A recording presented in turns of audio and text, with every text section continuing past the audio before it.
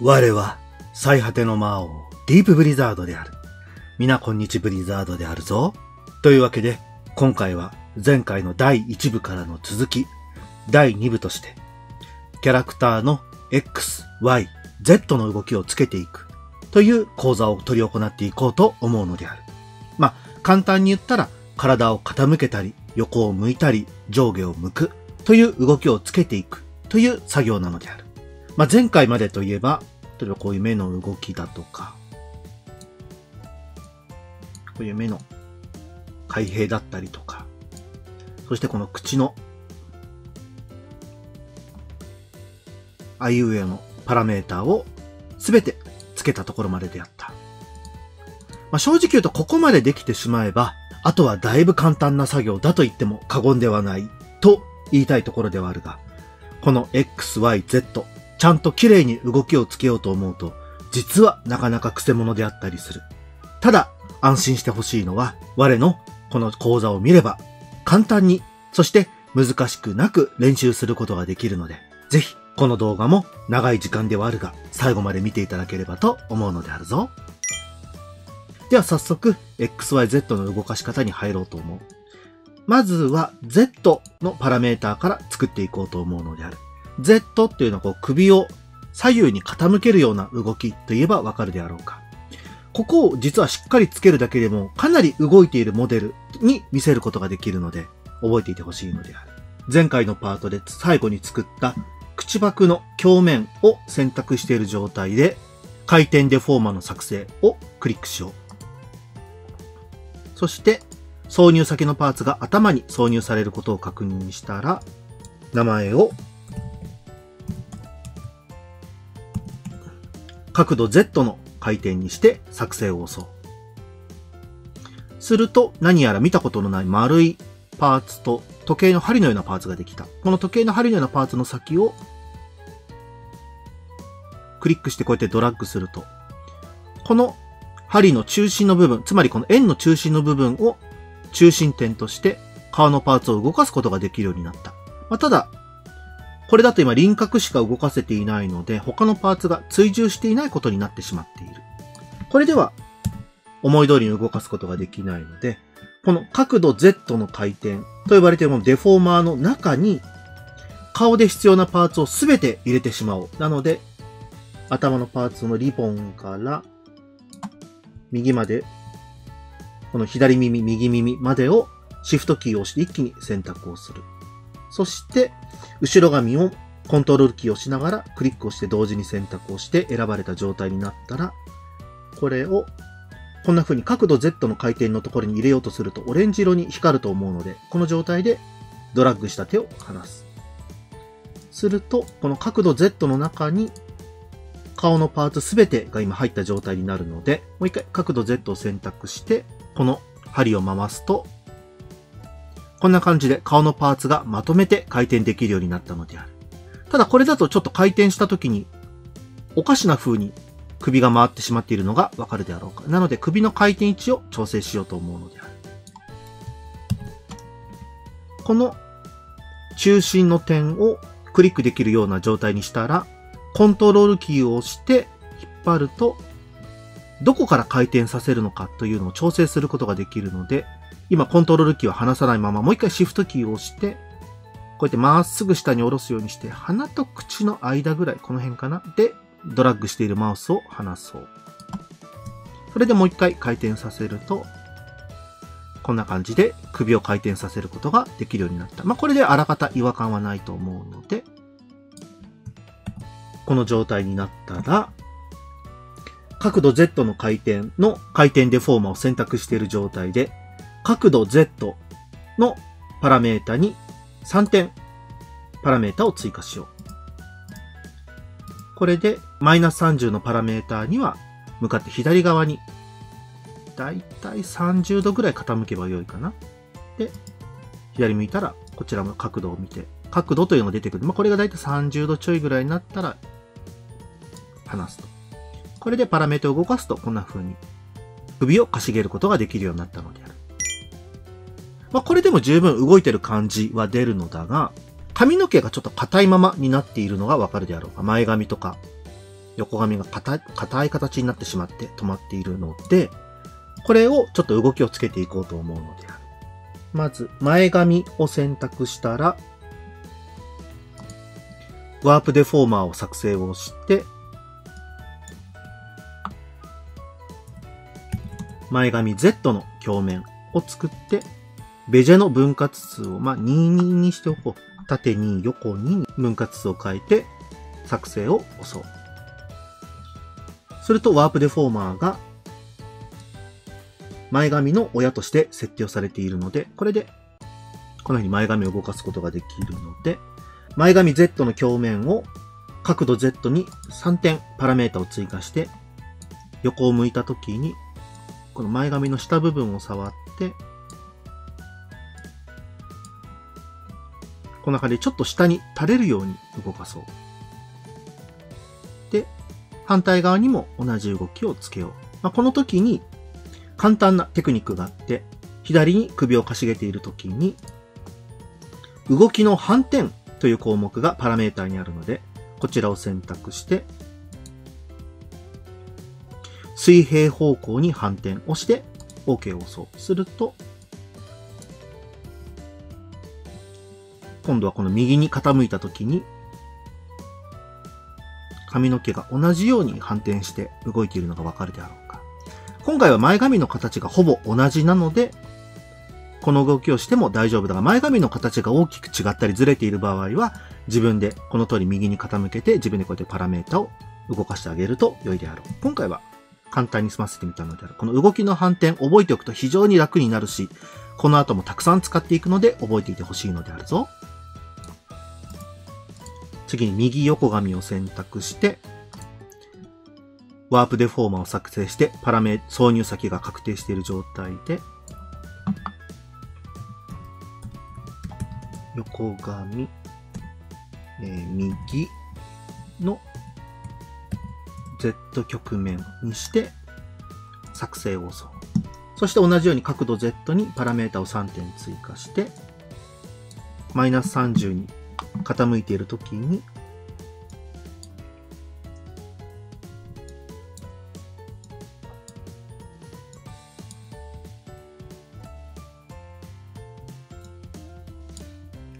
髪の毛が左の方に垂れるように調整をしてみよう。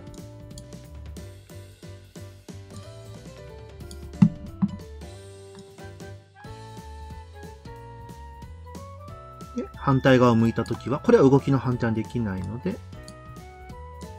下の方を動かして、髪が少し頬にかかるように調整をしよう。こんな感じであるな。同じように、左の横髪もワープデフォーマーを作成して、横髪、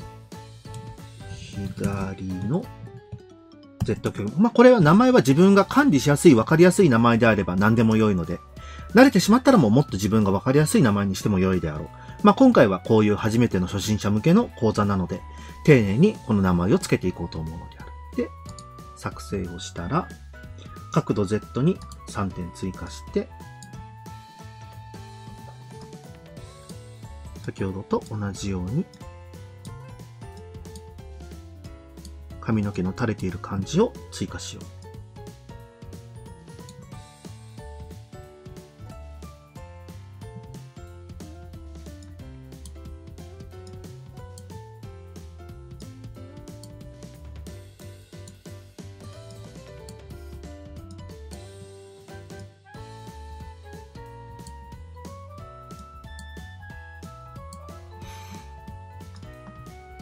左右がだいたい同じ動きになっていれば問題ないであろ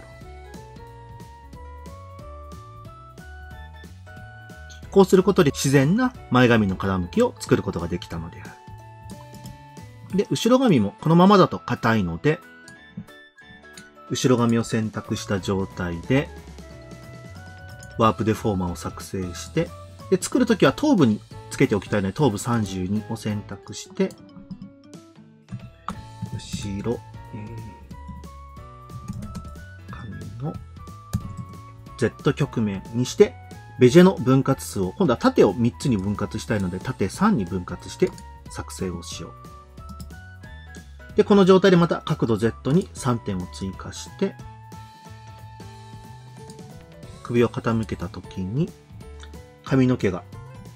動いて見せたいので、ちょっとこれ体が邪魔なので、体の部分は後ろ髪以外全部非表示にしてしまおう。この状態で、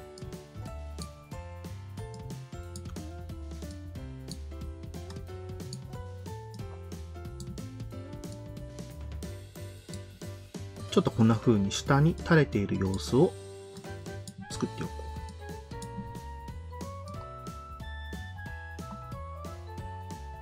う。で、今回ちょっと前髪の形は左右でちょっと形がずれているので、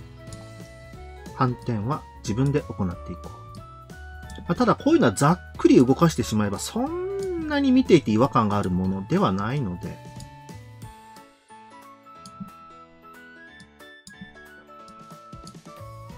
こんな感じかな。も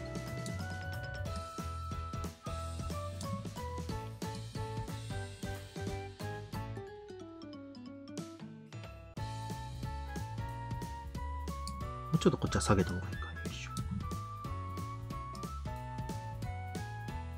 これで、ちょっとじゃあ体のパーツも戻して表示を左右に傾けて、違和感なくできているかとか、もうちょっとこっちは下げた方がいいかなとか。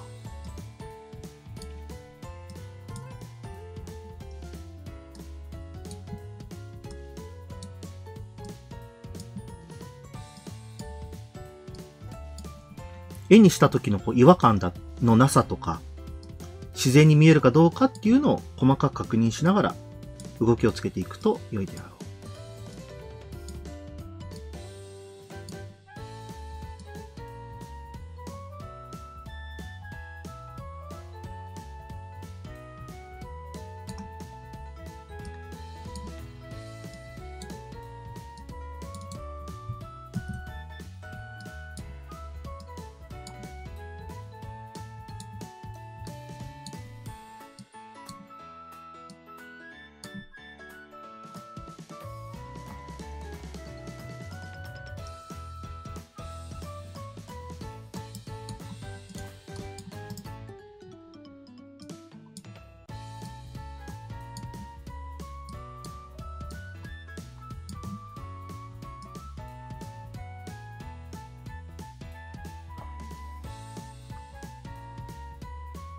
まあ、こんな感じであろう。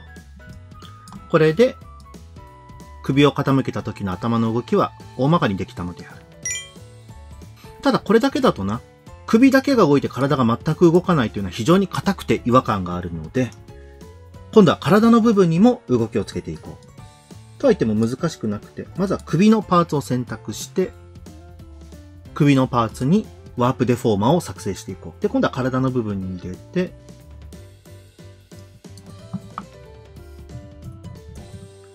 首の Z 曲面を入れる。で、ベジェの分割数は2対2に戻しておき、作成を押そう。で、角度 Z に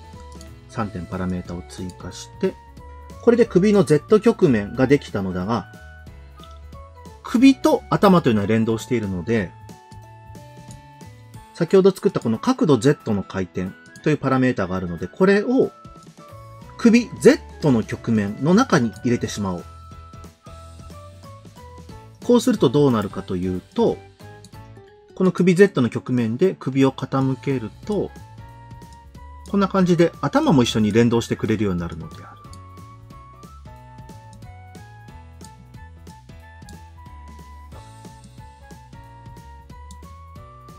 なのでこうやって首を傾けたときに、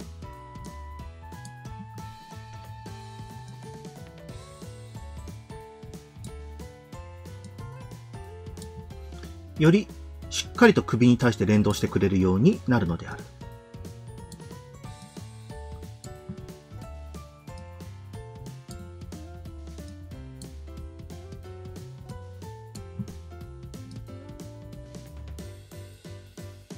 で、首の形は左右対称なので、動きの反転をつければ、こんな感じで首と体を左右を当てめ作ることができるようになったのである。で、体の方も左右にこう傾かせた方が自然な。みんなもこう首を自分で動かしてみるとわかるのだが、左右に動かすと体も斜めにちょっと傾くのがわかるであろうか。それを入れてしまおう。なので体のパーツ、首以外の体のパーツをすべて選んだら、ワープデフォーマーを作成して、体の Z 曲面を入れて、分割数を 2×3、縦にちょっと長く分割して作成を押そう。この状態で首の Z 曲面をこの体の Z 曲面に入れておこう。こうするとこの体の Z 曲面を動かした時に首の動きなどにも追従するので、こうやって動かすとこうやってほら、ズンズンズンズンとこうやって連動するようになったので、これでより自然に体の傾きを表現できるようになったのである。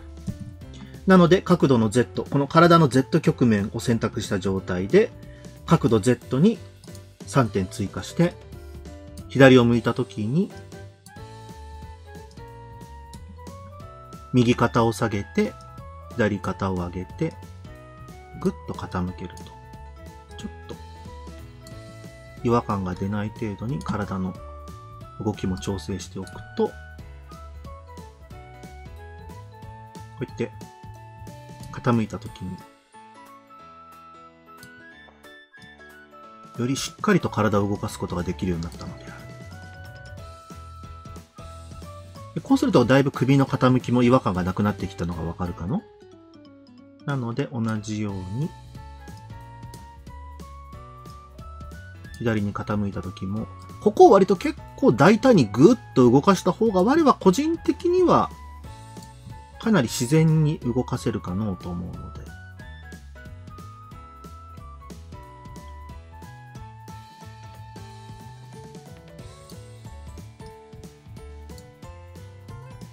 肩が上がったり下がったりしているかどうかっていうのをきちんと確認してあげると良いであろう。こんな感じかな。これで左右に傾いた時に綺麗に動くようになったのである。ちょっと髪の毛の、後ろの髪の毛の動きがおかしい気がするから、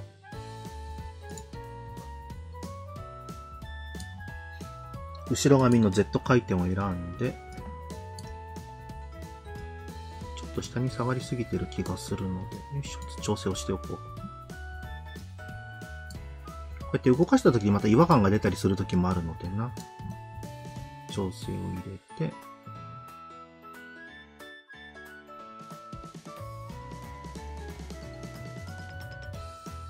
こんな感じかな。こうやって全体のパラメーターがどこにどう入っているのかというのを自分で管理しておけば、どんな風に動かせばよいのかというのもすごくわかりやすくなるであるし、自分で一つ一つパラメータを動かしていれば、自然と動かし方も分かってくるようになるのであるぞ。これで、この角度 Z の動きをすべてつけることができたので、パラメータを一回デフォルトの設定値に戻して、保存しておこう。では次は、角度 X、左右を向いた時の動きをつけていこうと思うのである。まずは角度 X の動きをではつけていこうと思うのである。やり方は簡単で、まずは輪郭から作っていこうと思うので、こうなった時に、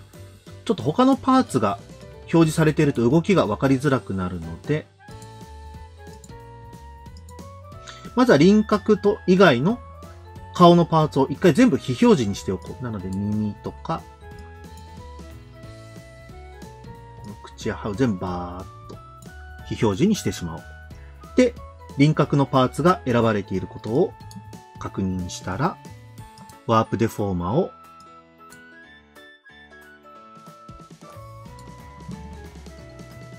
作ろう。で、これは、角度 Y でも流用するので、輪郭の鏡面として作成を行おう。そして角度 X に3点を入れ、マイナス30を向いたときに向かって左側を見ている。そして、プラス30にしたときに向かって右側を向いているという形にしよう。まずは角度 X。左側を向けたいときは、一回ちょっと軽く左に移動させる。で、この状態で、左側の輪郭をぐーっと潰して、で、反対側の右側の輪郭をぐーっと伸ばす。で、ちょっと中心を膨らませるように置いて、で、この点のところ伸びているこの棒を、ちっちゃい横に伸びている棒を触ることで、より細かくこんな風に調整することができるので、頬が少し膨らんでいる形にしたり、もうちょっと顎のラインを調整したりして、こんな感じで横を向いている輪郭の形に作っていこう。で、このあたりは自分の描いてる絵とか絵柄に合わせて調整すると良いと思うので。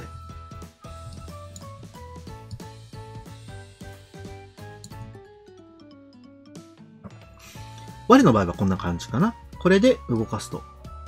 ほらこんな感じでもう自然と左を向いている輪郭の形に作れたのがわかるであろうか。では、この状態で、この輪郭は左右対称の形なので、動きの反転を用いれば、もうほらこれだけで簡単に首を左右に振るパーツが作れたのである。では次に、一番動きがある鼻のパーツを作っていこう。鼻のパーツを表示させて、で、鼻のパーツにもワープデフォーマーを作成していこう。なので、頭に鼻のパーツが入っていることを確認して、鼻の表面を作成を行う。で、角度 X に3点を割り当てて、鼻のパーツをぐーっとまず左に動かして、で、鼻の形になるように、こう、くの字にちょっとなるように我は、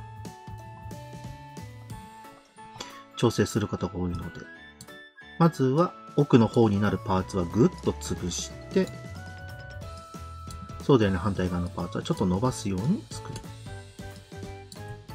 で、全体的にくの字になるように、よいしょ、調整をして、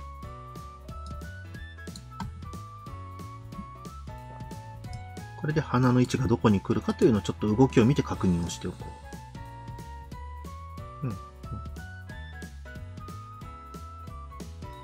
鼻というのはな、顔の輪郭の中でも一番前に出ているパーツなので、大きく動かすパーツなので、ここをしっかり動かせるようにしてると顔が立体的に見えるであるぞ。じゃあこれで動いているから、鼻の表面を反対側も設定していこう。今度はこちら側は、奥になった方は、そして、ち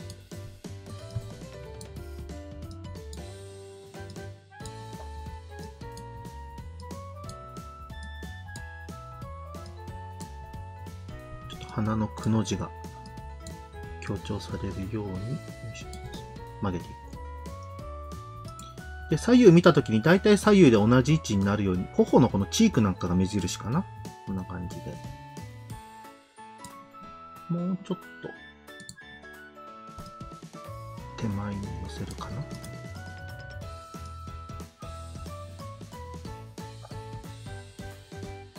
うん。で、鼻がついてくるとやっぱり輪郭というか絵の形ってだいぶわかりやすくなってくるので、さっき作った輪郭の曲面を使ってちょっと顎のラインを調整しようかな。もうちょっと顎は我は前に出してる方が好みなので、こんな感じで。で、調整したらまた動きの反転をすれば、同じ形であれば左右反転した時に同じ形が作れるので、これで左右反転の鼻ができて、では次に口を置いていくか。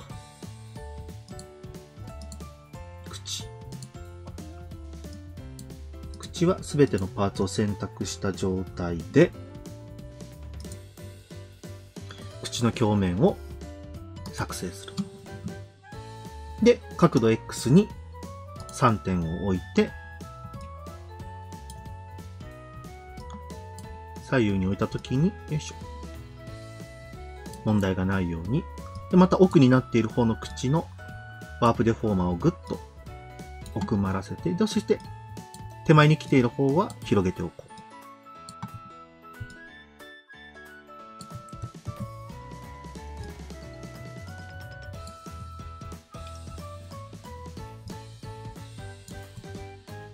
これで、口も左右対称なので、動きの反転を適用しよう。これで、口が左右に動くようになって、そして左右に向いている状態で口の開閉もちゃんと行えるようになっているのである。このあたりが本当楽な機能であるよな。よいしょ。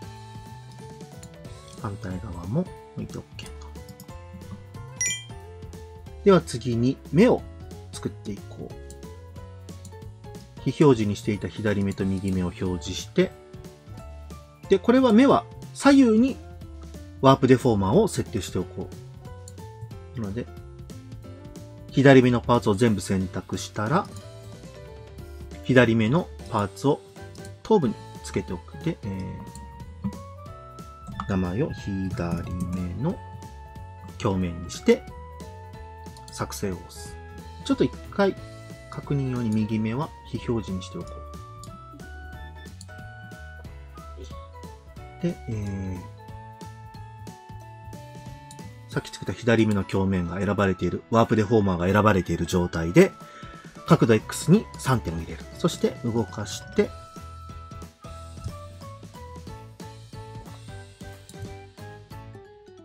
目を少し全体をぐっとちょっと横に広く伸ばしておこ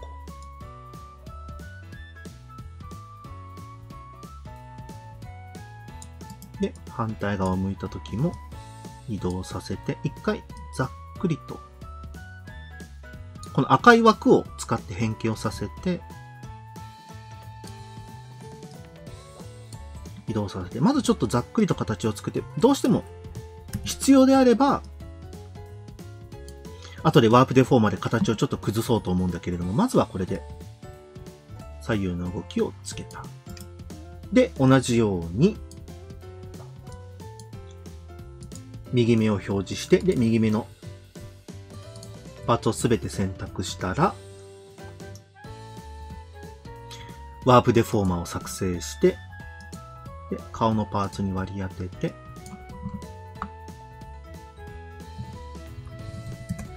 右目の鏡面を作成しよう。で、角度 X を3点追加して、同じように、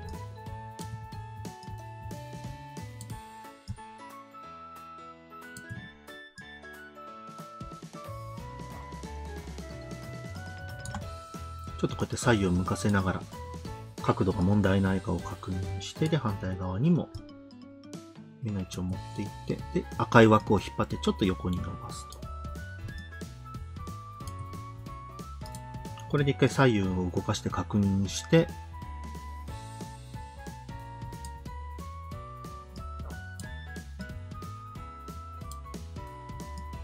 これで問題はないかな。こんな感じで目は、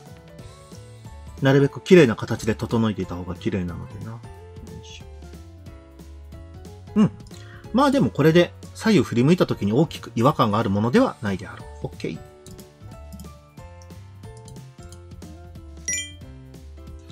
では、顔のパーツでまだ隠している眉毛、左眉毛も同じように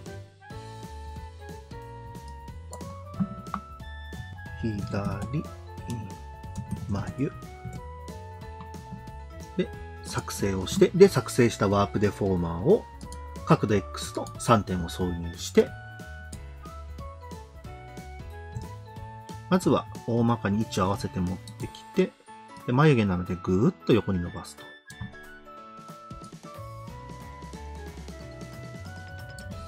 で、反対側に持っていったら、ぐーっと潰すと。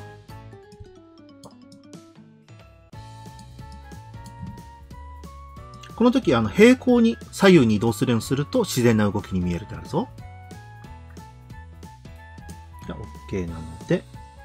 次は、右眉毛を表示して、で、右眉毛に、ワープデフォーマーを頭部に作成しよう。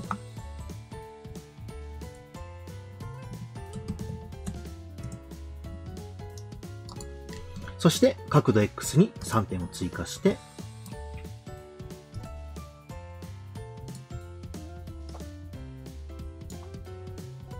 眉毛を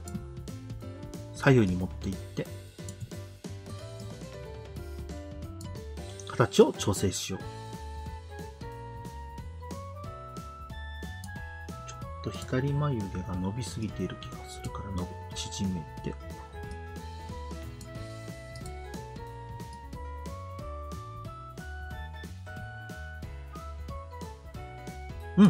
これで眉毛の左右の動きもつけたのである。じゃあ、あとは耳を作っていこうか。左耳を選択して、同じようにワープデフォーマーを頭部につけるようにして、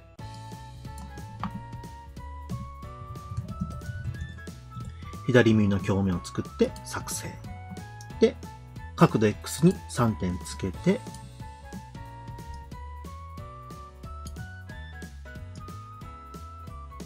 耳がはっきり見えるように動かすと。こんな感じで。反対側を向いたときは、奥の方に隠して、もうこの角度ならもう耳がちょうど消えてしまうように赤い枠で調整してしまえば良いであろう。こんな感じであるな。で、右耳を表示して、ワープデフォーマーを作成して、右耳のワープデフォーマーを頭部に作成をして、角度 X に3点を挿入して、同じように作っていくと。ここまでやってきたらだいぶピンときた方も多いと思うんだが、これをひたすら X、Y を繰り返して作っていくという状態になるのである。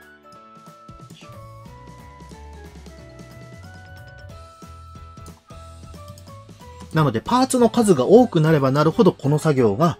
とても大変になるっていうのはなんとなく分かったであろうか。なので今回はだいぶ少なめのパーツでやっているのであるぞ。それでもこれだけ立体的に見えるのだからな。少ないというようには見えないぐらいしっかりと動いておると思うのでな。では、髪の毛を作っていこう。なので、まずは前髪を選択して、これも先ほどと変わらず、頭部に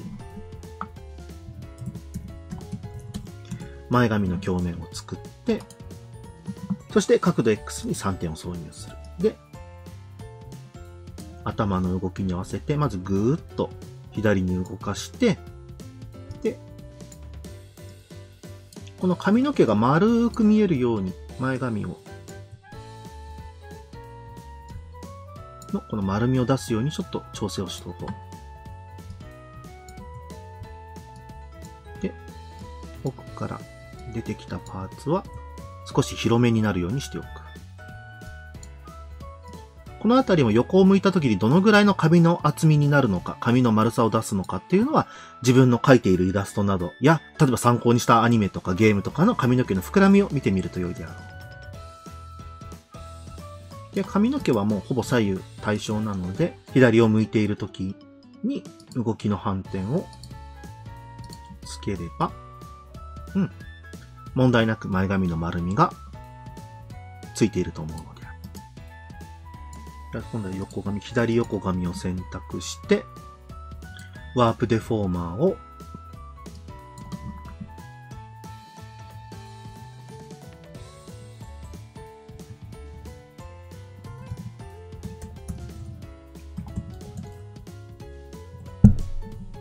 作成をして、そして角度 X に3点のパラメータをつけて、横を向かせて、で、横を向いているときは幅が広くなるので、ぐっと幅を広くさせて、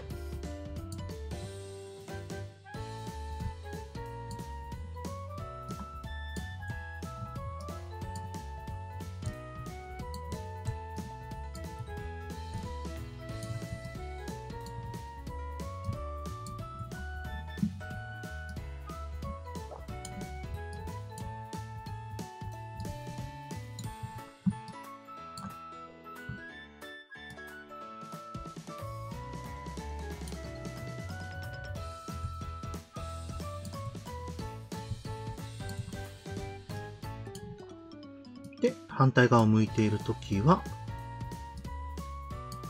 細くして、頭の輪郭に沿うように調整をしていく。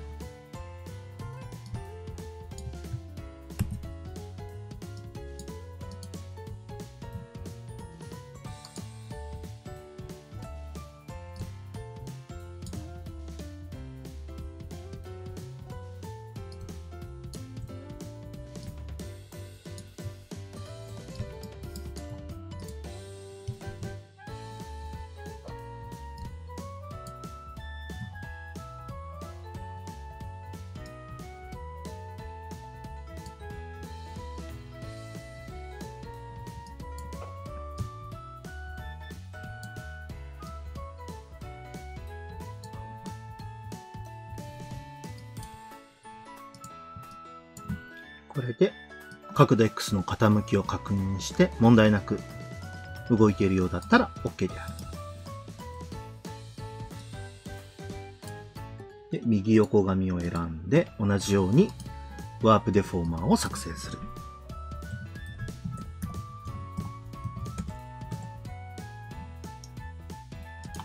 そして角度 X に3点をつけて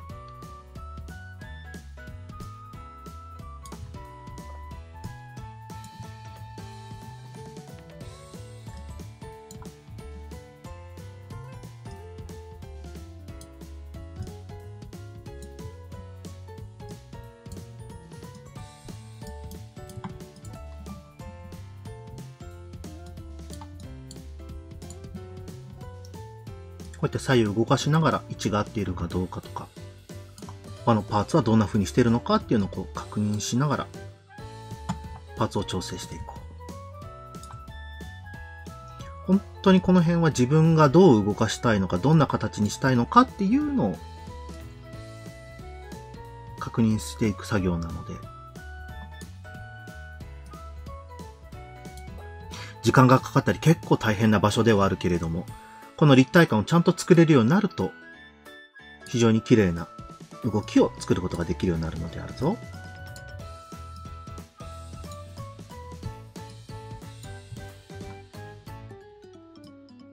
ちょっとこっちも調整しておこう。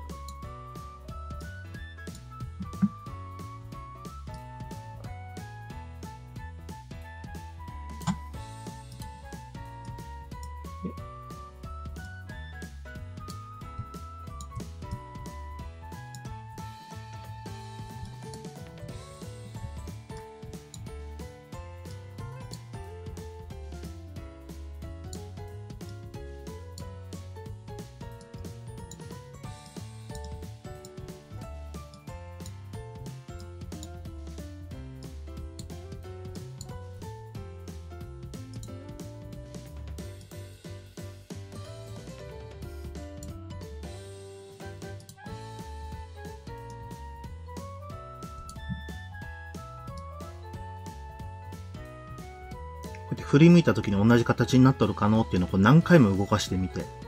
調整をすると良いであろう。まずこれでできておるので、前髪と横髪の動きができたのである。あとは、カチューシャとリボン、そして後ろ髪の調整をすれば、顔の X はまず完成なのであるな。じゃあカチューシャを表示させて、同じようにメッシュを頭部に作成をしよう。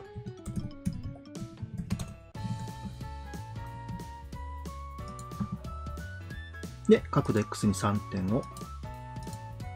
追加して、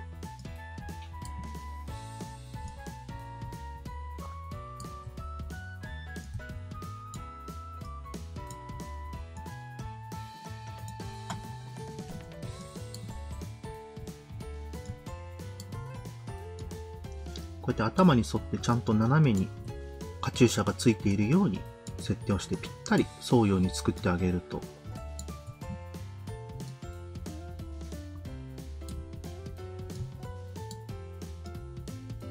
綺麗に動いているように見えるので、で、カチューシャは左右反転なので動きの反転をつけて、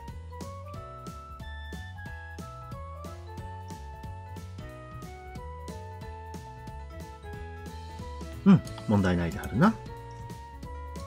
たら、リボンにもワープデフォーマーを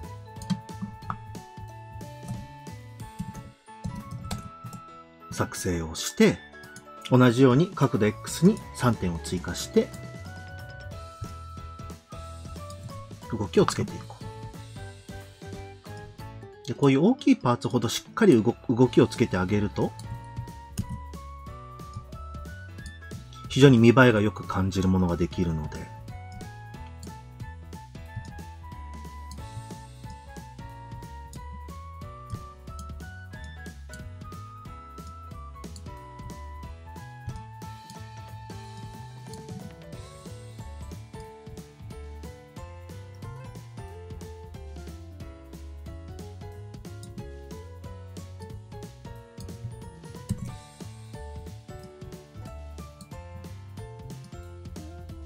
で、リボンも左右同じ形をしているので、動きの反転をつけてあげれば、こんな風にリボンがちゃんと立体的に動くように配置することができたのである。では最後に後ろ髪を選択して、この後ろ髪にもワープデフォーマーを頭部につけて、後ろ髪の曲面を作成をしよう。よいしょ。そしたら、角度 X に3点を入れて、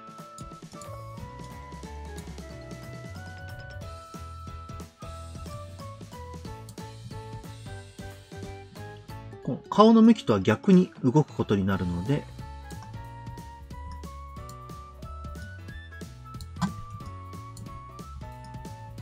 それを意識しながら、ただ、膨らます方向なんかは同じなので、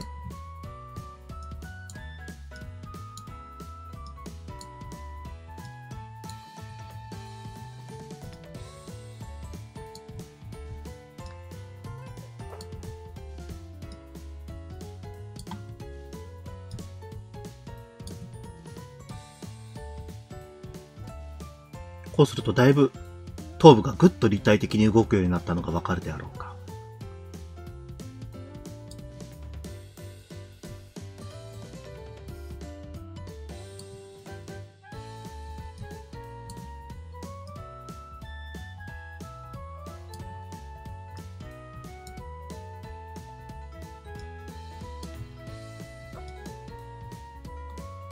で、反対側にも同じように動きをつけていこう。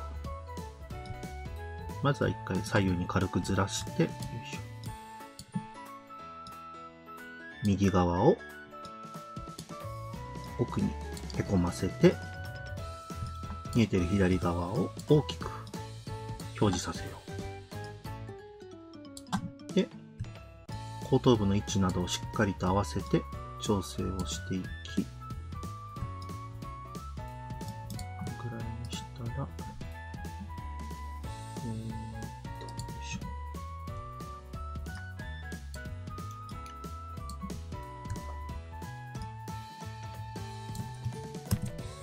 後頭部の位置や形なんかを調整して、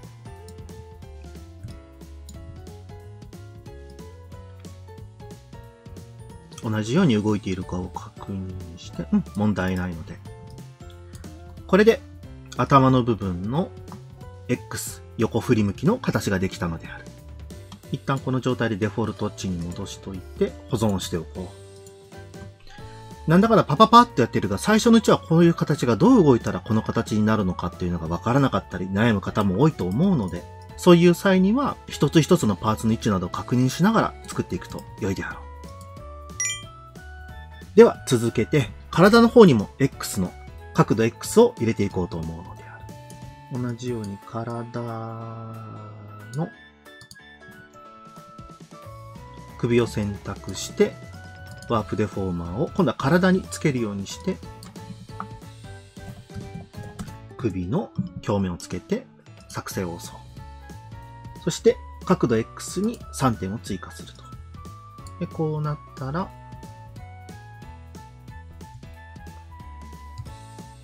奥の方を少し細めて、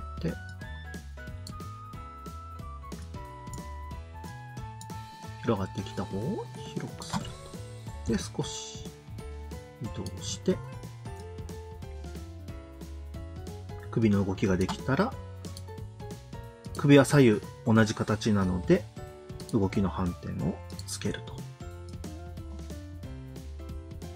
これでまず首の形ができたので、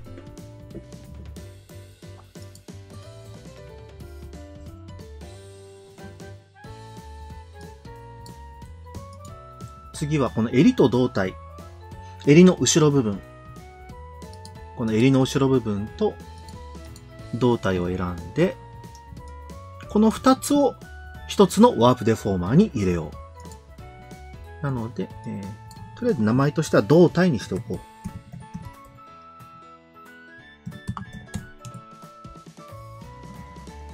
う。で、ベジェの曲線は 2×2 でいいかなって作成をしよう。で、角度 X に入れて、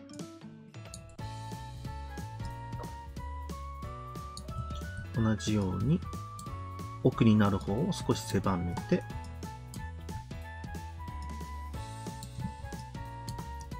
手前に出てきた方を広く取ると。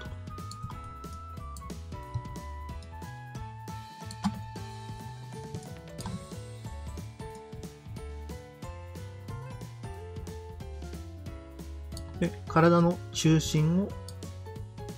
少し左寄りにずらすと、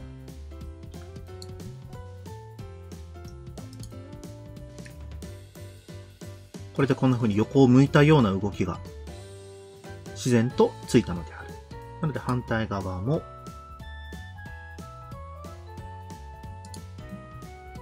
同じように奥に行く方のパーツを少しへこませて、で、手前に来るパーツをぐっと広げる。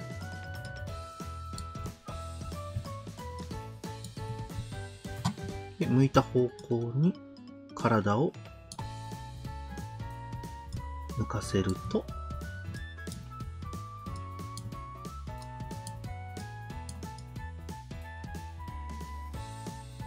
こんな感じで胴体が動いているのがわかるだろうか。ちょっと首の形が、首というか襟元の位置が変なので、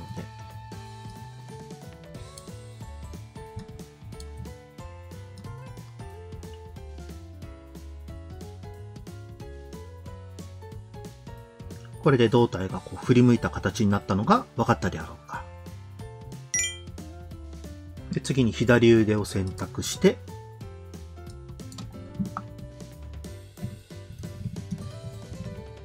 左腕の曲面を 2×2 で、ベジェの分割数を 2×2 で作成をして、角度 X に3点を追加して、手前に出てくるパーツなので、よいしょ。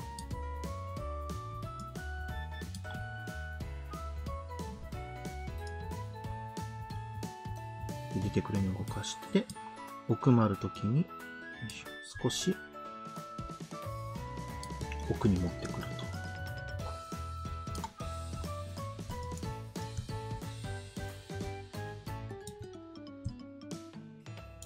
で、肩を少しすぼませれば、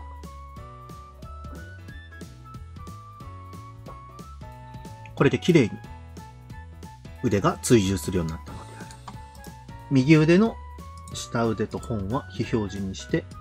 右腕の上腕を選択した状態で、ワープデフォーマーを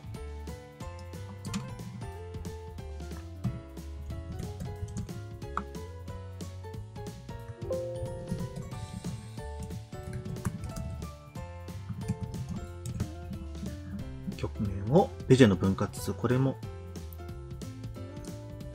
2×2 にして作成を押す。で、角度 X を適用して、奥に行く方の手を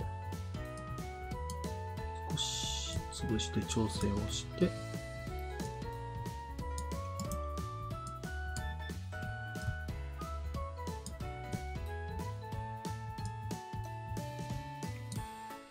手前に来る腕も広げて調整をして。こんな感じであるな。そしたら、右腕の下腕を表示させて、ワープデフォーマーを設定しよう。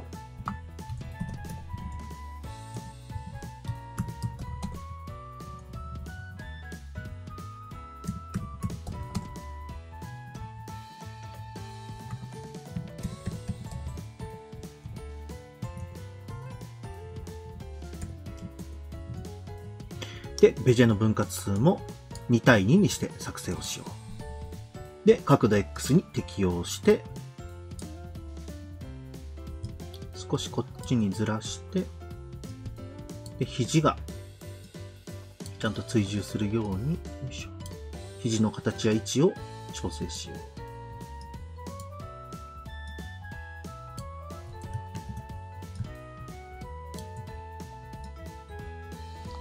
こうすると自然と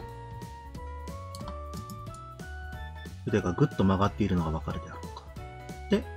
反対側になった時も、よいしょ。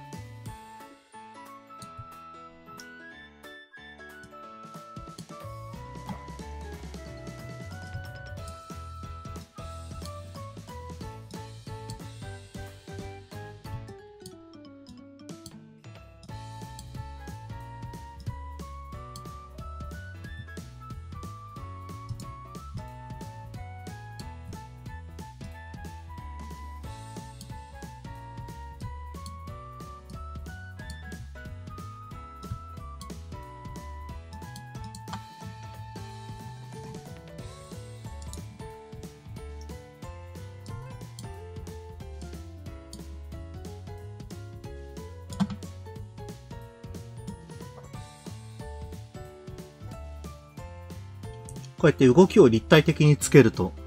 それだけな、キャラクターが動いたときに、こう、さながら 3D のような立体感を出すことができるのでな。これで動き OK であろう。じゃあ手に持っている本を表示させて、これにもワープデフォーマーを作成しよう。本の鏡面で、ベジェの分割数は 2×2 にしておこう。で、角度 X に3点を適用して、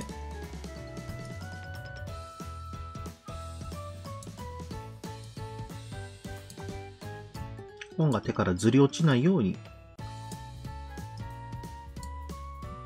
調整をして、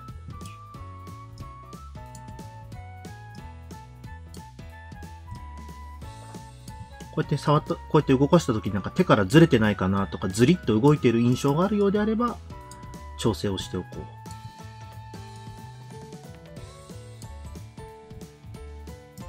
ちょっと動きすぎたので、こっちに戻してと。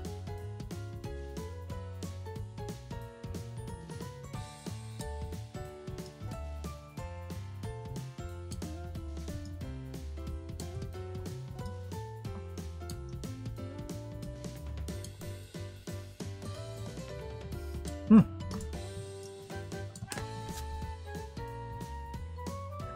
これで本の動きも OK であろう。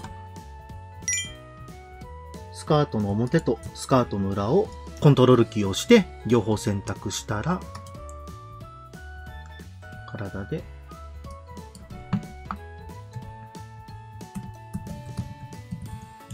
スカートの鏡面、これは 2×2 でいいか。2×2 で作成をして、角度 X に適用する。で、同じように反対を向いたときに、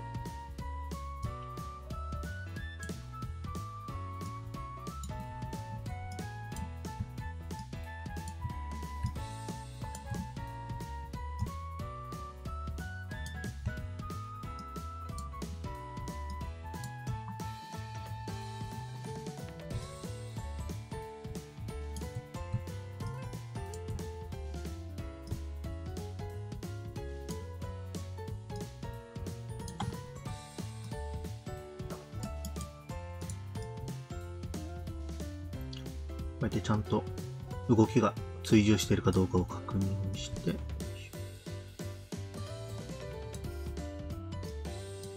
これまでと同じように本当左右に動いた時にどう動くのかというのを繰り返してこうやって調整していくので、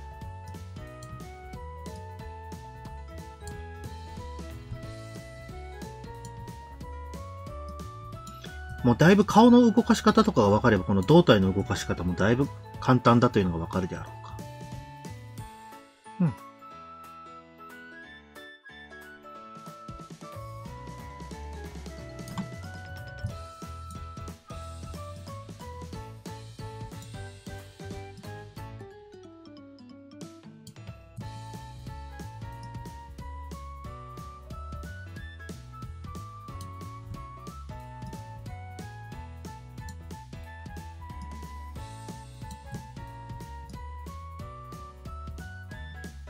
よし。これで、キャラクターや胴体のすべての X の動きが付け終わったのである。じゃあ一回この状態でパラメータをデフォルトの設定値に戻して、ファイルの保存をしておこう。では次に角度の Y をつけていこう。先ほどと同じように、作成したワープデフォーマーを今度は縦に動かしていくという作業であるな。なので、ワープデフォーマー自体は先ほど作った顔のこの輪郭の曲面から、このスタートの曲面までの体のそれぞれのパーツを動かしながらやっていこうと思うのである。では、また輪郭の曲面を動かしたいので、一回ちょっと顔のパーツは輪郭以外は非表示にしておこう。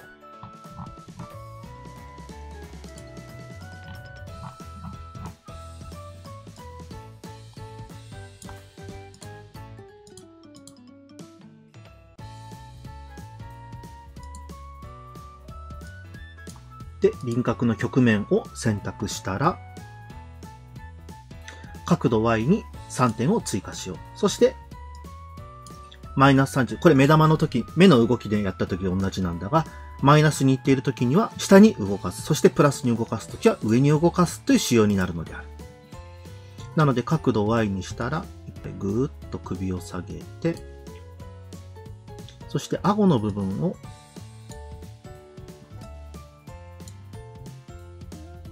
小さくしておこう。そして、その分前に出てきたおでこの部分を広く伸ばすように動かそ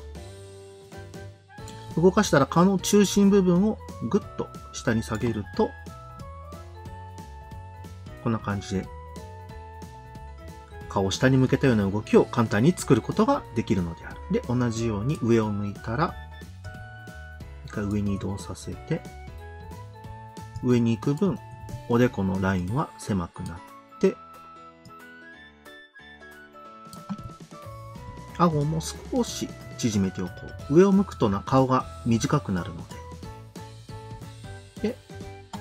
顔の輪郭をぐっと上に乗せよう。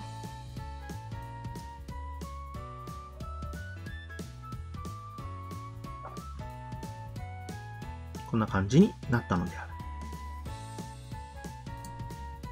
もうちょっと頬は広げてもいいかもしれないな。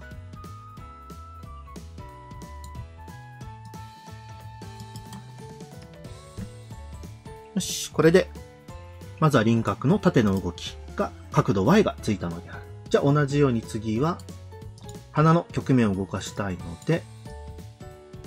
鼻を表示させて分かりやすいようにしておいて、鼻の表面を選択したら、角度 Y を選択しよう。で、Y になったら、下に持っていって、ちょっと長くしとくかな。このデフォーマーとかの表示があって分かりづらいときには、こちらのアイコンをクリックするとデフォーマーの輪郭線を消すことができるので、動きの確認がしやすくなるのであるぞ。で、上を向かせたら、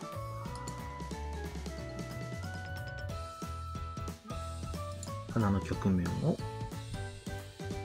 上に持っていこう。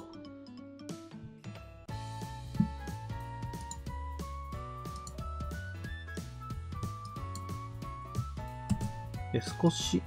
縦に潰して、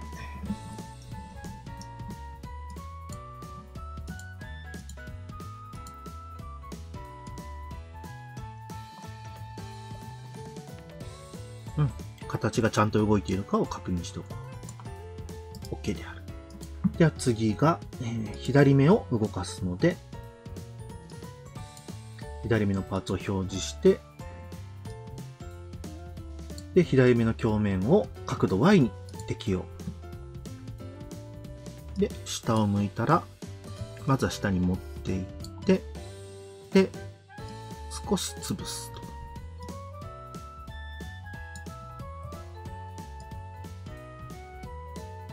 で、上に持っていって、これも軽く潰して、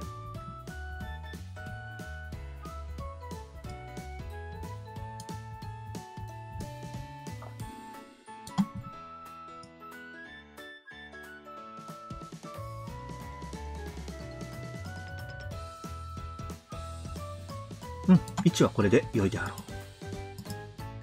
う。では次は右目の鏡面を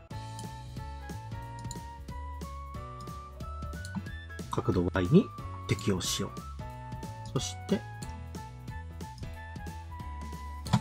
目の大きさや、潰れ具合なんかは、グリッドを表示させながら、だいたい位置が合ってるかどうかを確認して、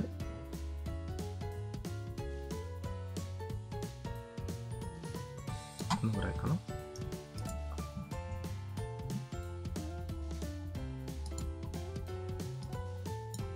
で、上を向いた時も同じようにグリッドを確認しながら、潰して、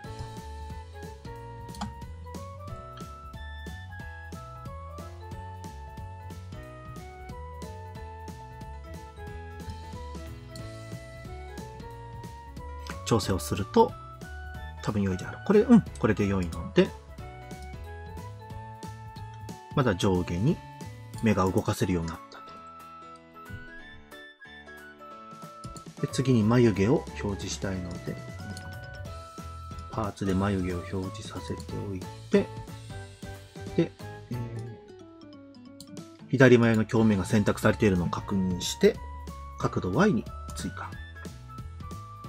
で、角度 Y を下げたら、下を向くとこと目と眉毛の位置が近くなるので少し下に置いておこう。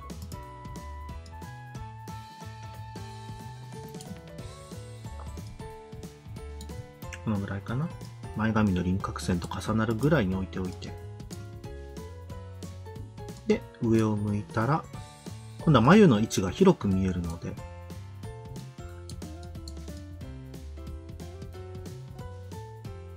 少し目と眉毛の位置を広げておくと立体感が出せるであるぞ。で、特に眉毛は細いパーツなのであんまり潰さなくてもいいかなと思うので、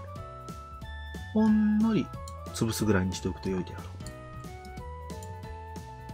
こちら眉毛が大きく見えるので少し太くしておく。あんまりやりすぎると眉毛の形が変わってしまうんでな。極端に眉毛が太いキャラクターとかでない限りはここの厚みはそこまで気にしなくては良いと思うので、気にしなくても良いと思うのである。で、次、右眉も同じように、右眉を角度 Y で作成をして、またグリッドを参考に下げて少し太くして下げると。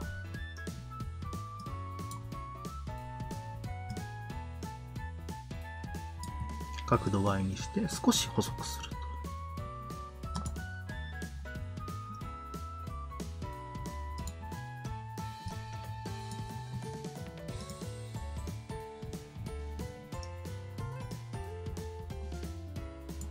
よし、これで良いである。じゃあちょっと口を作ってしまおう。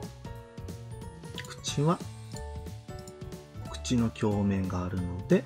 これを角度 Y に適用して、下に下げて、鼻と口の位置が近くなるのでやったら、ちょっと軽く潰しておこう。で、この状態で口のあいうえをして、他のパーツと干渉していないかを確認。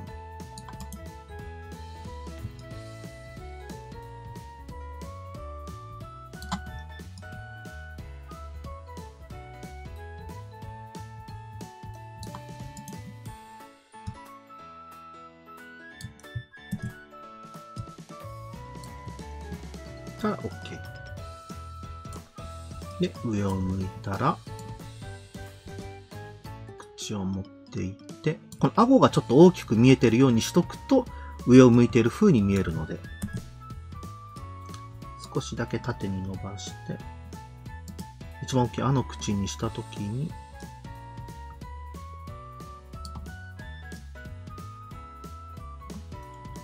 上を向いている顎のラインになるように調整をして、問題がなければパラメータを元に戻しておくと。一回ちょっと保存しておこう。こういうパーツな。こういうところでなんか保存し忘れると怖いので、もうこまめに保存。あとは耳のパーツをやっていこう。左耳の鏡面を選んだら角度 Y につけて、下を向けたら、目よりもちょっと上の位置に耳を置こう。で、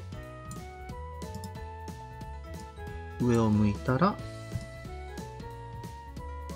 ちょっと目よりも下気味に置いておこう。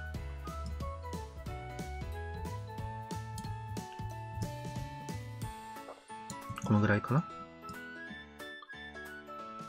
で、ここはあんまりその立体的な形は我はつけなくても良いと思っておる。で、右耳も同じように3点追加して、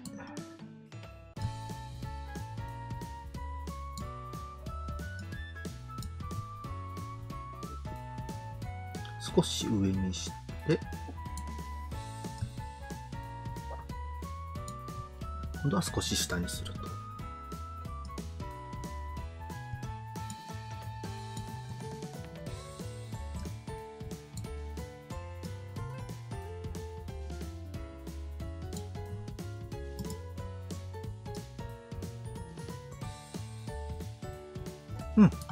これで良いであろう。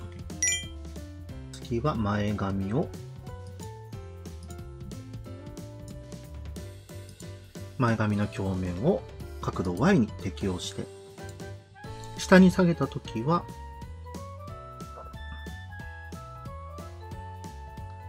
少し目にかかるように位置を大まかにつけてから、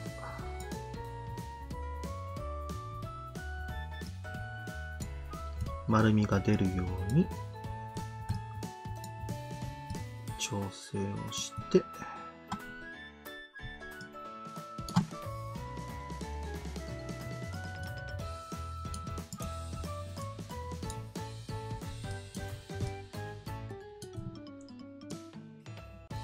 髪の毛が顔の前に垂れるので、しっかりとこうやって前髪に垂れるように調整をして、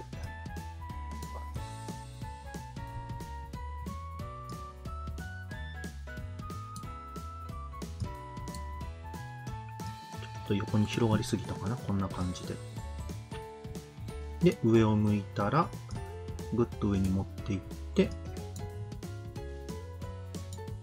少し潰して、形を整えよう。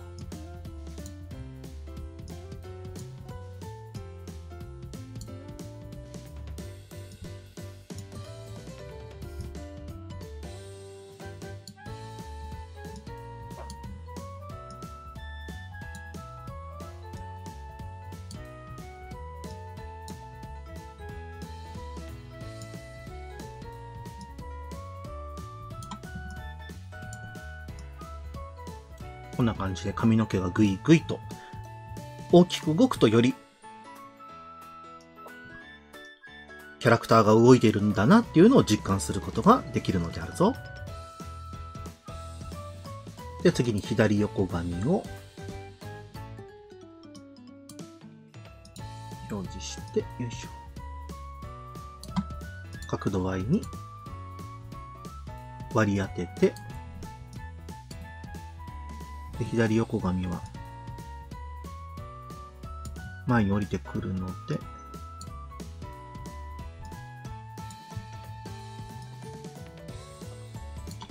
正面にある時よりも下に、そしてちょっと長く見えるように調整をしておく。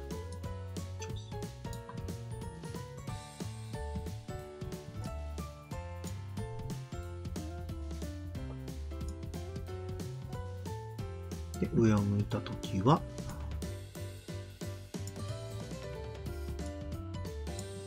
ギュッギュッと潰して、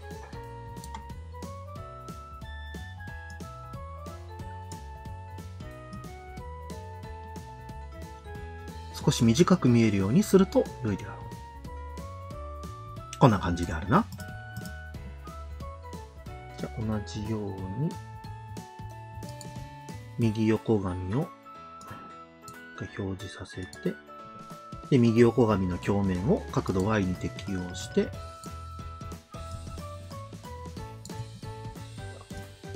同じように伸ばしていこう。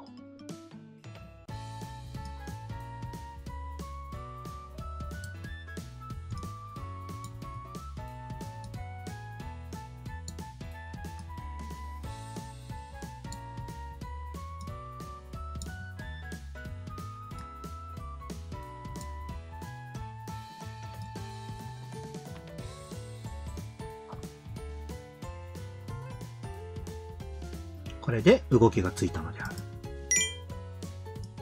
で、カチューシャを表示して、で、カチューシャの鏡面を角度 Y に適用。で、下げたところに、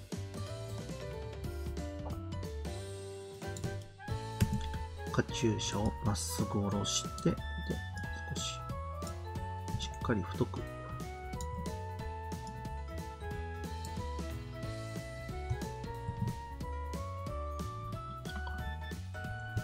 前髪の部分に降りてくるから、どちらかというと平行により見えるように調整をしておく。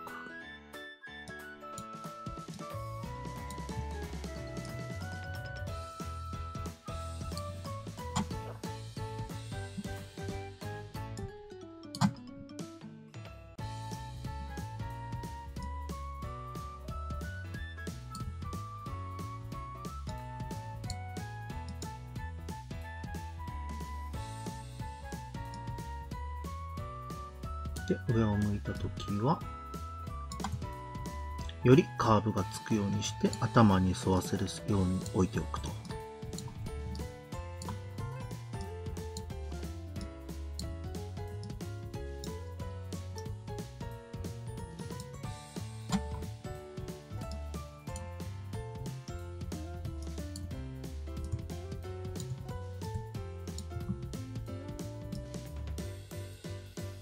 こんな感じであるな。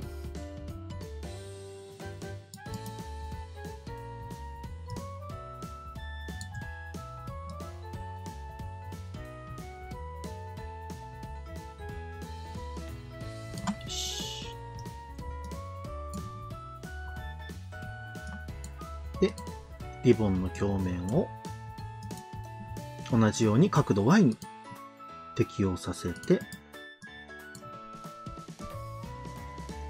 下を向いたときはリボンが大きく見えるように縦長にしておく。で、ちょっと立体感をつけて、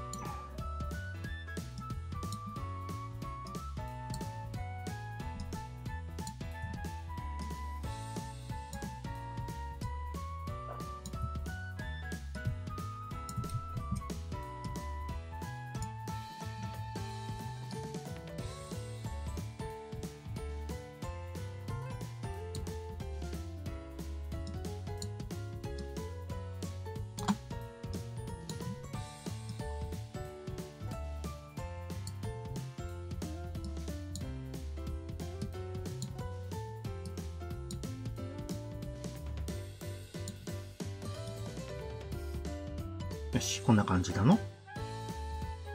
で、上を向いたときは、小さくなるようにちょっと潰しておくと。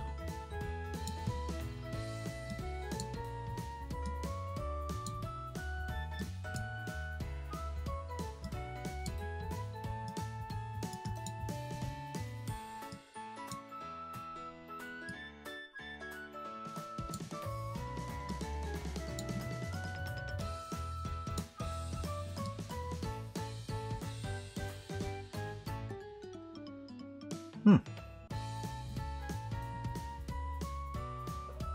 こんな感じであるな。後ろ髪の鏡面を角度 Y に適用して、頭が下を向いているときは後頭部は少し上の方に行くので、上に行かせて、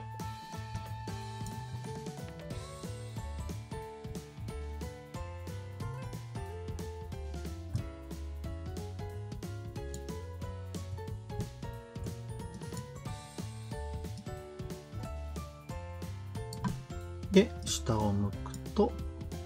後頭部は少し下に下がって、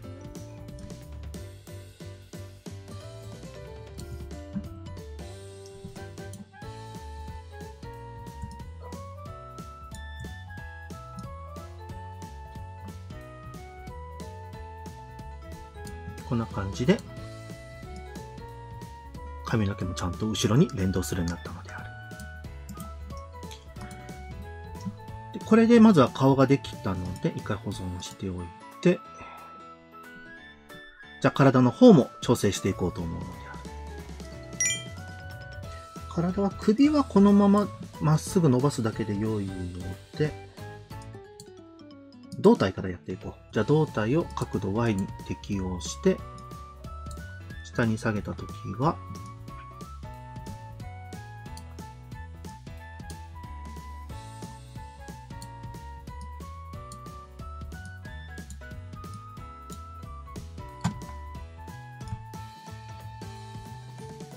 ぐっと体の中心を下げて、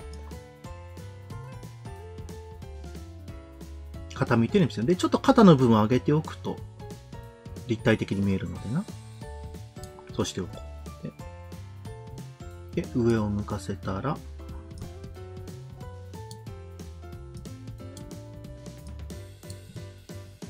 体の部分も上にぐーっと上げると。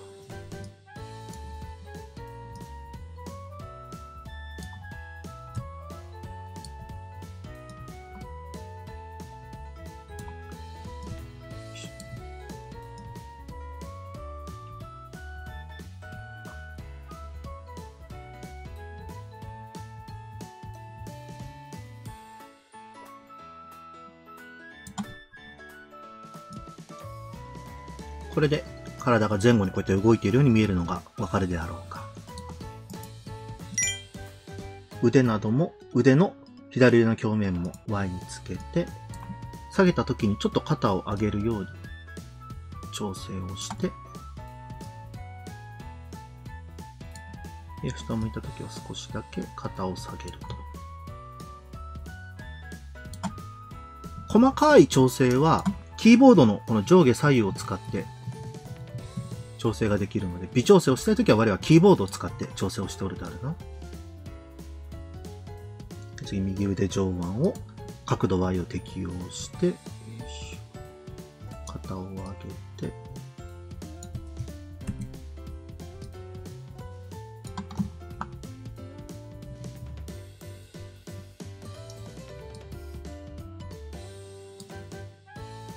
同じように、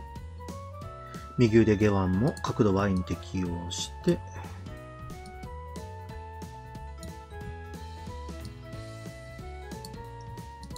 本も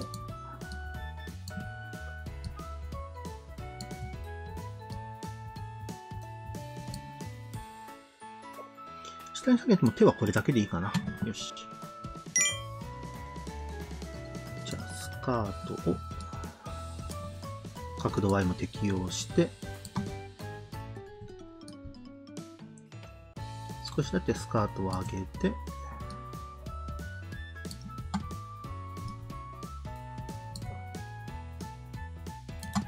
で上を向いたとき、下を向いたときにちょっとスカートを下げて、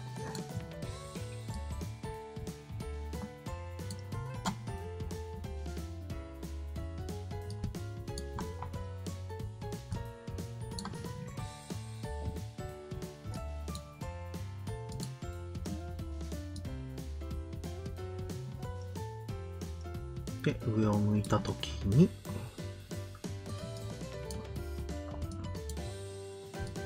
スカートを少し下げておこう。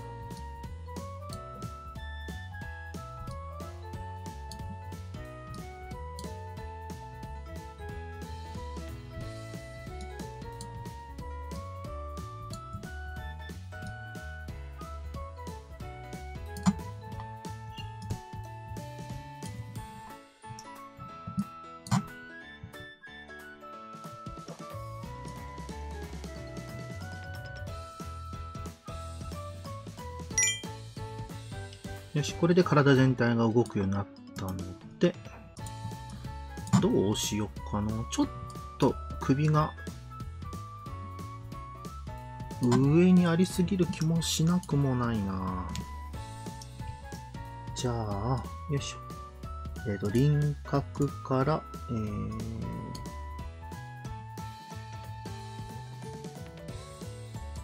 輪郭から、後ろ髪までの鏡面を全部選んで、上を向いている時の首の位置をちょっと下に下げてしまう。この赤い点でグッと下げれば、口が選択されてなかった。そうだ、口は別のところに鏡面があるから、口の鏡面も選択して、よいしょ。ちょっと首を下げよう。このぐらいでいいかな。これで、Y も全部付け終わったのである。そして最後に、首は今回縦に伸ばしたり縮めたり、特にこのキャラクターだとやらないのだが、パラメータを設定しておいた方が後々調整ができるので、首の鏡面を角度 Y に適用しておこう。で、特にこのパラメータ自体で首の形は動かさなくて良いので、このままにしておこう。これで角度 Y、そして角度 X がすべて付け終わったのである。一回パラメータをデフォルトの設定値に戻して保存をしておこう。では、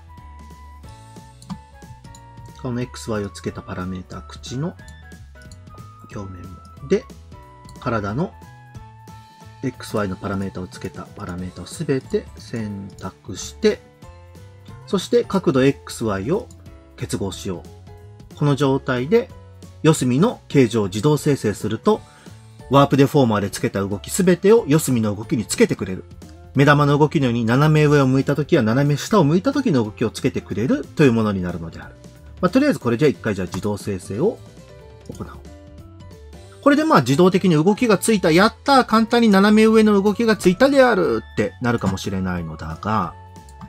動かしてみるとわかるのだが、なんかすごく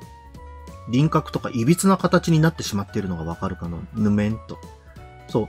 あくまで上と下を向いた時の中間点を勝手に作ってるだけなので、綺麗な斜めになっていないのであるな。なので、顔がすごくギュッて四隅に寄ったような形になってしまっているのがわかるであろうか。なので、ここから、この斜めの形をちょっと修正していこうと思うのである。そういうとなんかすごく大変だーってなるかもしれないであるが、でもそれでも、これまでやってきた作業も、パラメータ自体は設定してあるので、輪郭の表面を斜めを向いた形にまずは調整していくと。四隅だけ調整すれば良いのでな。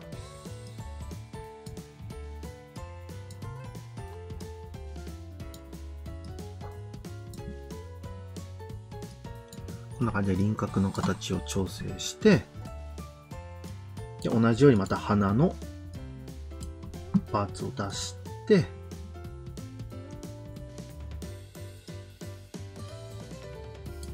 鼻の位置もいい位置で斜め下になるようにして、で、口も、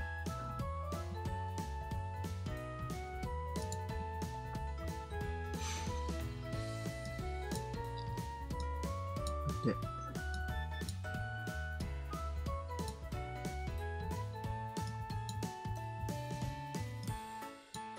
斜めになるように調整してあげるというである。これで口の形も開いて、問題がないかとか位置の調整をして、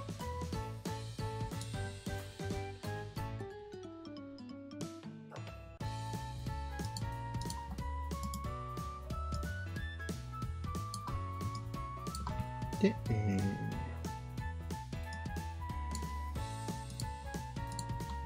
目の位置も調整していこう。左目の鏡面を選んで、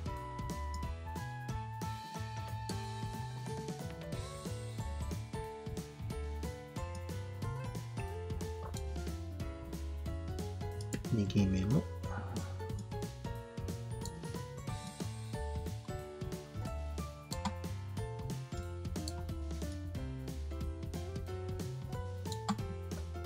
調整をしよう。もうこれをあとはずっと細かく繰り返していく感じであるな。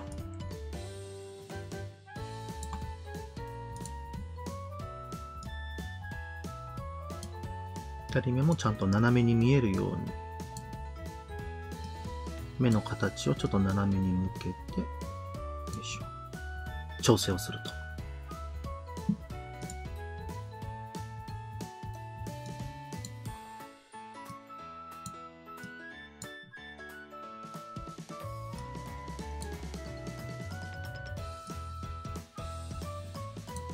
細かい動きをして、ちゃんと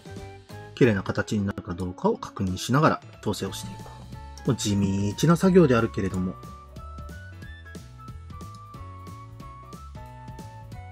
こういうのを繰り返すことで、綺麗なパーツに見えるのでの。もうここからはこだわり勝負であるな。で、眉毛も、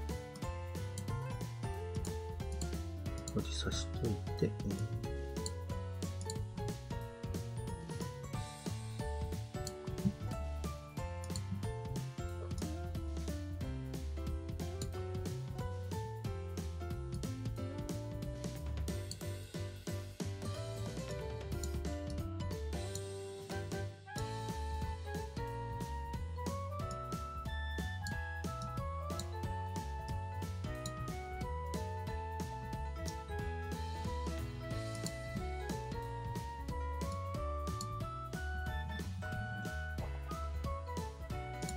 前髪とかは結構綺麗に整えないといけないからな。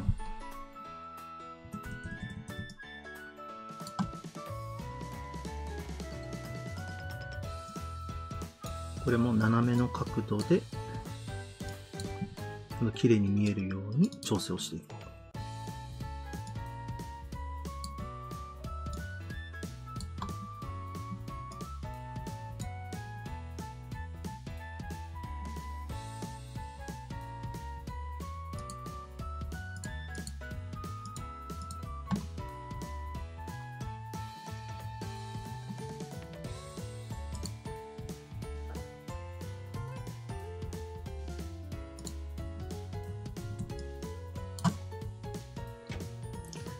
パラメータでちゃんと絵を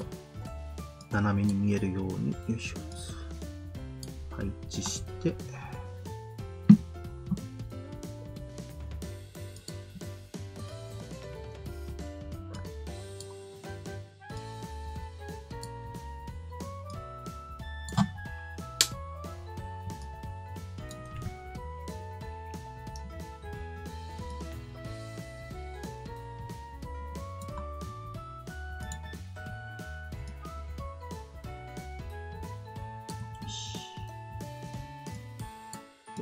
カチューシャを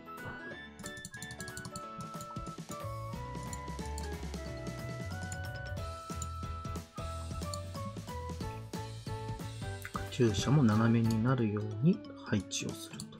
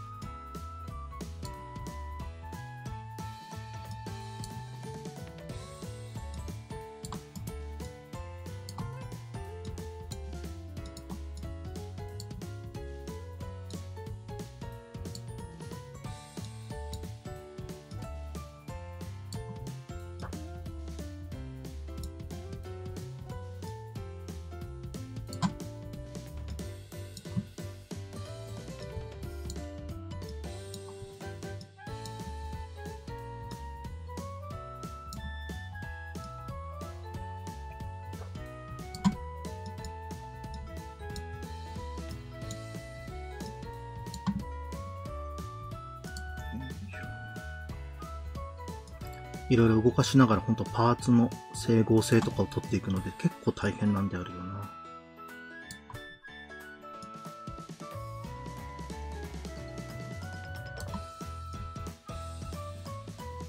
もうだいぶ無言パートになって申し訳ないんだけれども。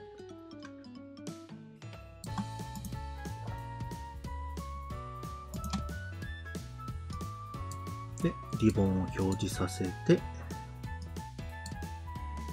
リボンの表面を調整していこう。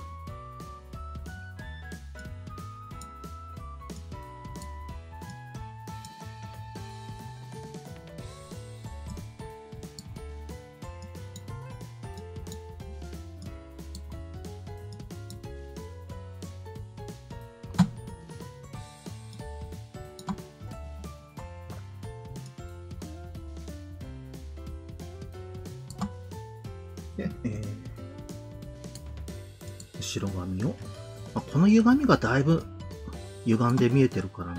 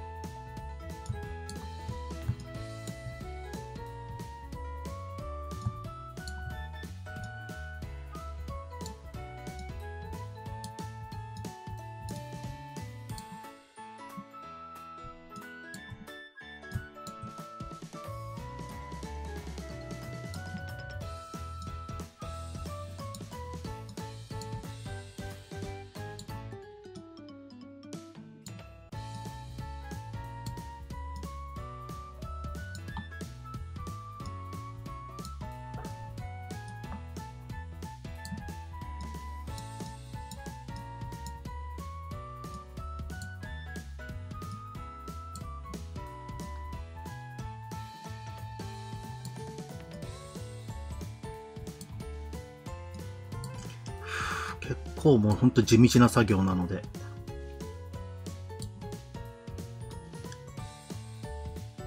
ただな、ここまでやってきたらだいぶ楽な作業ではあるので、ゆっくりと時間をかけて納得いくようなこの斜めの向きの顔になるように調整を施していこ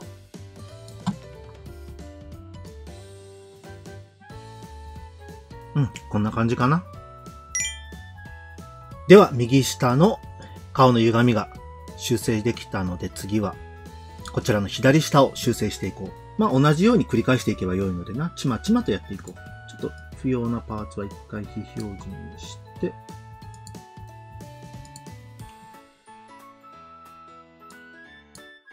で、輪郭の表面を参考にしながら直していこう。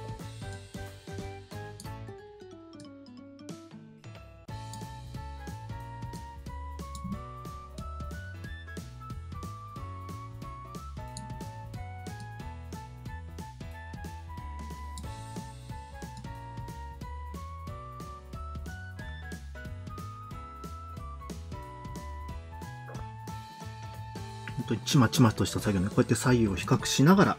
やっていくと良いであろう。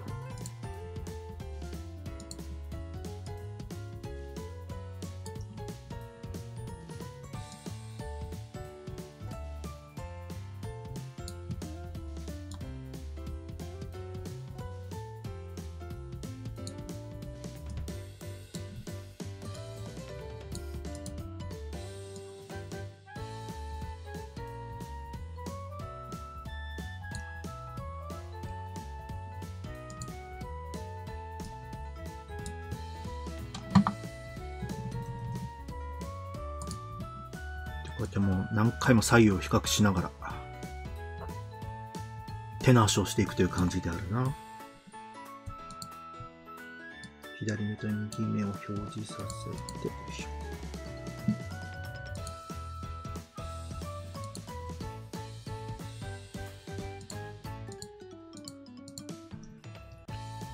右目がちょっと上に持っていきつつ調整して、このまつげの上がり具合を調整していくと。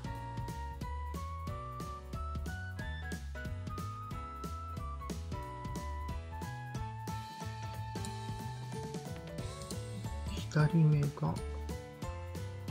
とこの辺で、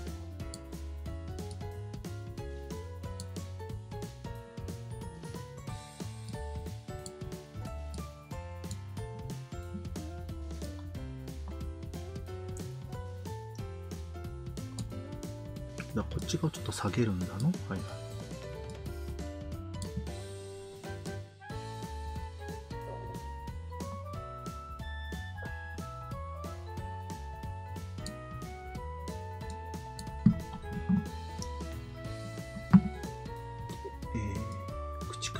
口を調整しよう。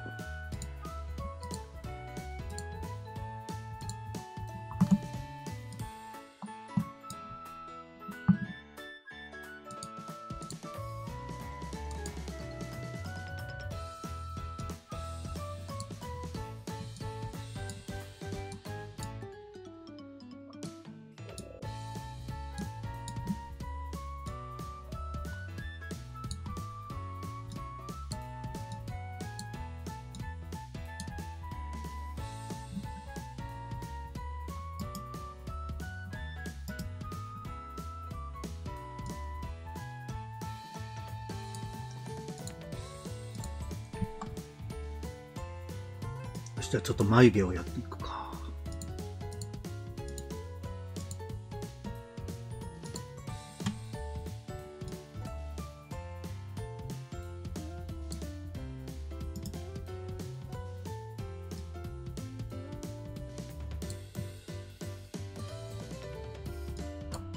で、右眉も。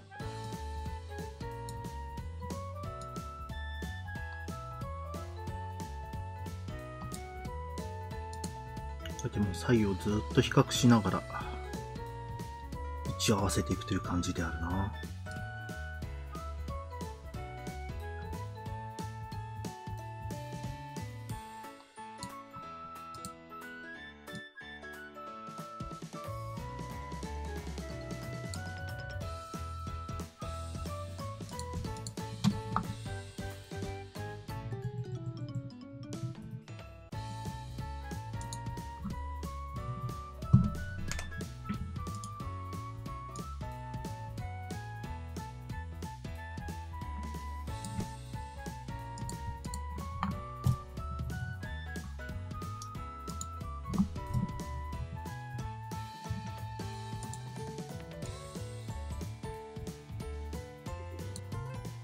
よし。じゃあ前髪を直していこう。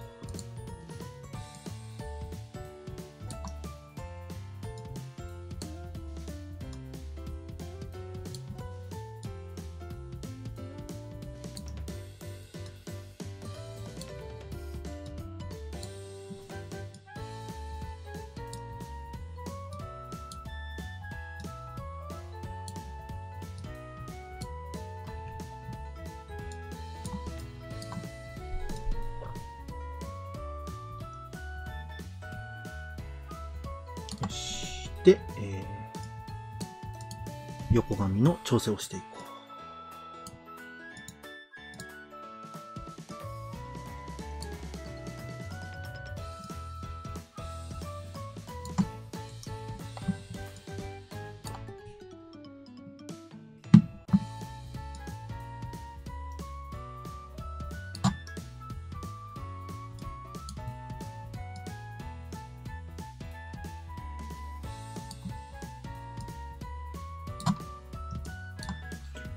こういう全体をな、調整しながらやるの大変なんだよな。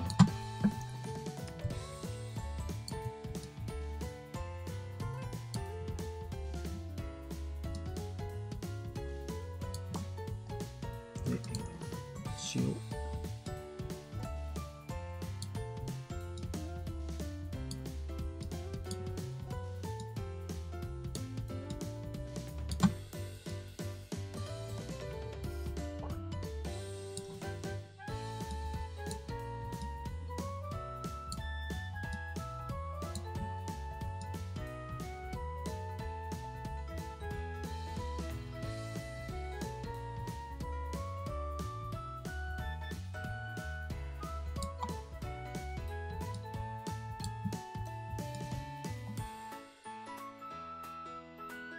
こうやって何回も左右を見比べながら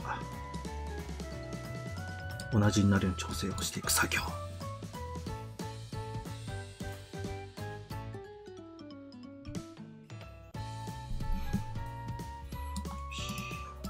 まあまあ、こんな感じで良いであろう。あんまりこれにほんと根詰めすぎると、頭おかしくなってしまうんでの。適度になのである。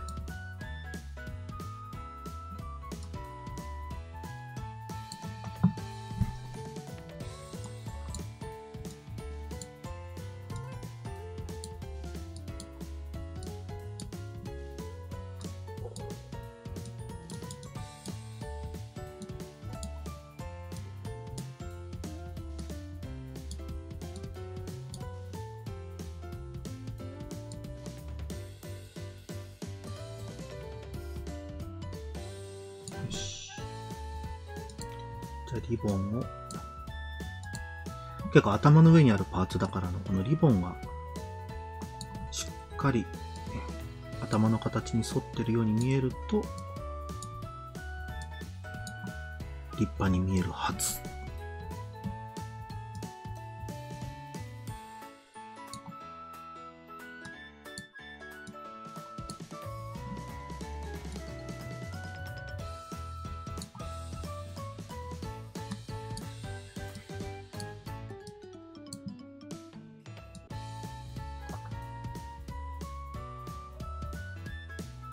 うん、OK。じ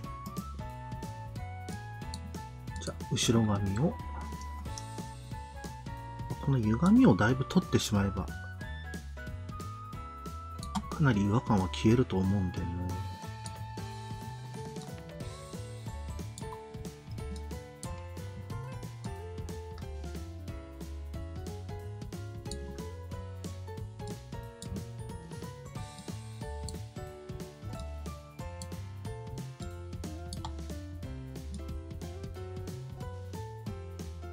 うん。よしよしよしよしよし。だいぶ良くなったのである。問題なく見えてれば良いであろうの精神で、ちょっとやらせていただいたのであった。ついでにちょっと正面向いた時の後頭部の形も直しておこう。一回保存しておこう。もうまめな保存は大事なのである。で、今度はこの上だな。この顔の形もちょっと直していこう。これはもうだいぶまだまともな形に見えるから、ちょっとパーツは全部表示したままでやっていこ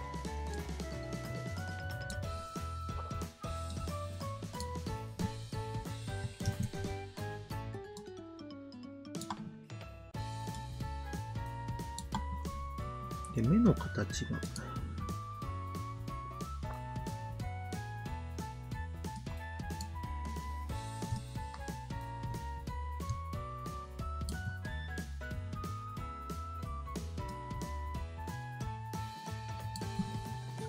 で、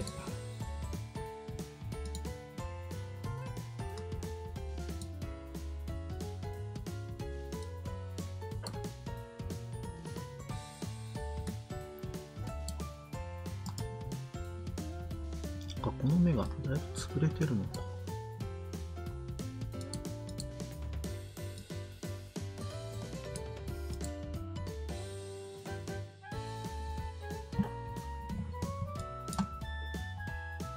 で、横髪がおかしいんだよな。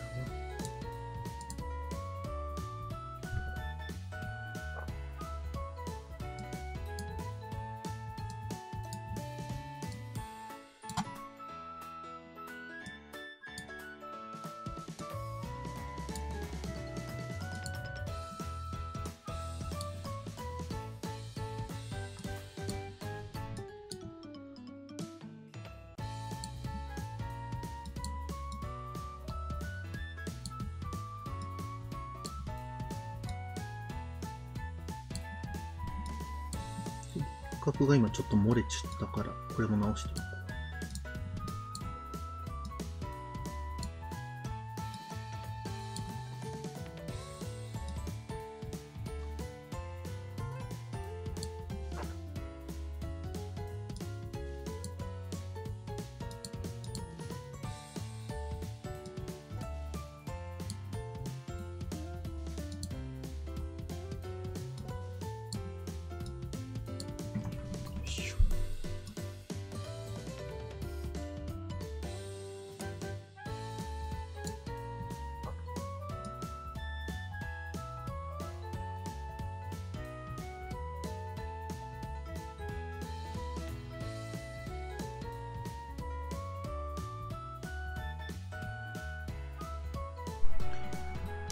で、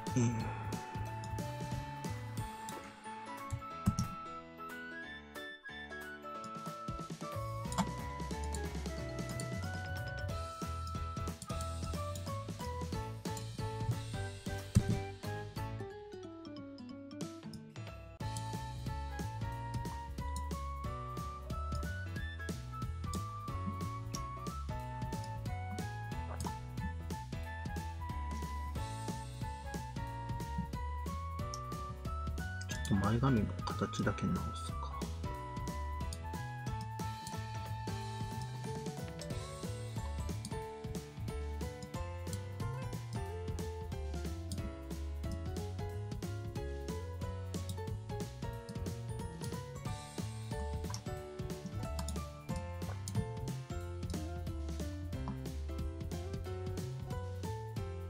うん。よ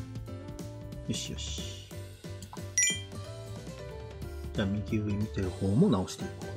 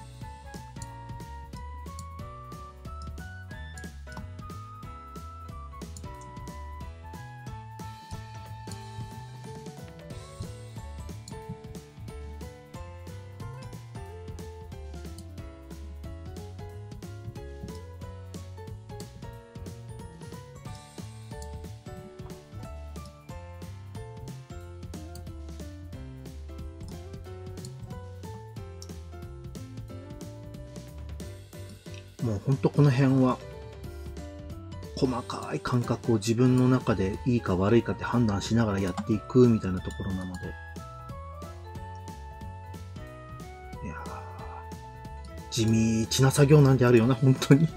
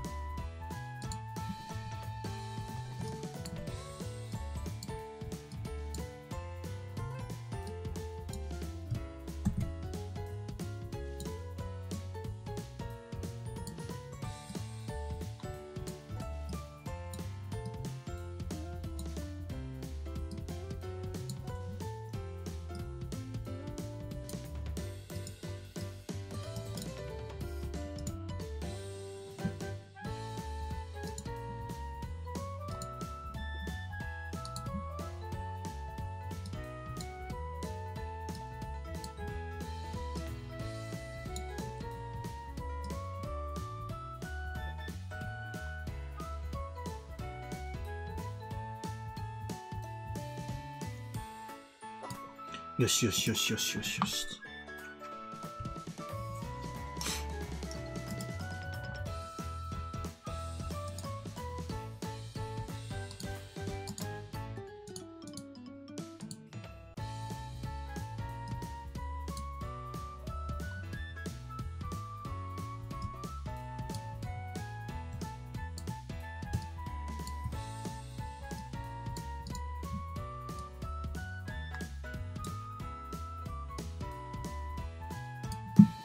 で、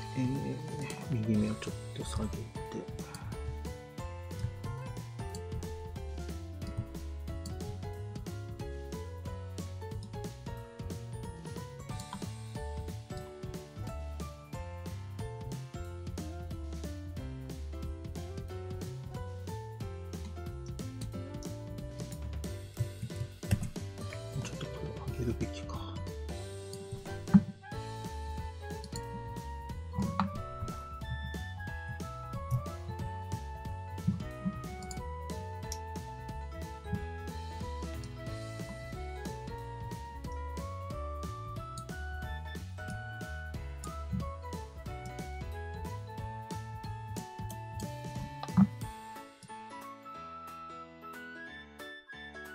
うん。よしよしよしよしよし。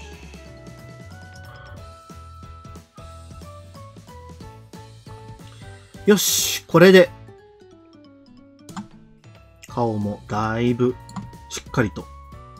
XYZ に対応できたかなと思うのである。これで角度と XY のパラメーターは作り終わったのである。ここでもう一つだけパラメーターを最後に追加しようと思うのである。それは、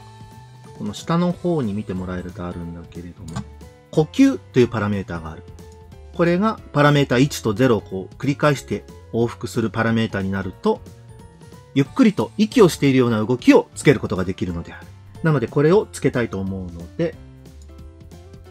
このデフォーマー一覧の一番上にある体の Z 曲面というのを選択した状態で、新規のパラメータを作成して、呼吸の曲面。で、適用するのは体でいいかなにして、ベジェの分割数は4にしておこうかな。縦を4分割するのを選択して、作成を押そう。するとこんな感じで体に一回り大きく囲う枠ができたが、この枠をキャラクター全部を覆うように設定をしたいので、コントロールキーを押しながら、この赤い点をぐーっとドラッグして、体全体が入るようにしておこう。これでこんな感じで体全体に枠が入った状態になったのである。この状態で呼吸のパラメーターに2点を追加しよう。キー2点を追加して、で、0の時が息をはーっと吐き終わった状態だと思ってほしい。で、パラメータ1の時がふーっと息を吸っているパラメーターになっているのである。なので、少しだけ体と胸が動くようにして、本当に少しで良いのだが、これを入れておくと、ちょっと動かしすぎたかな。もうちょっと下げてみるか。間違えた。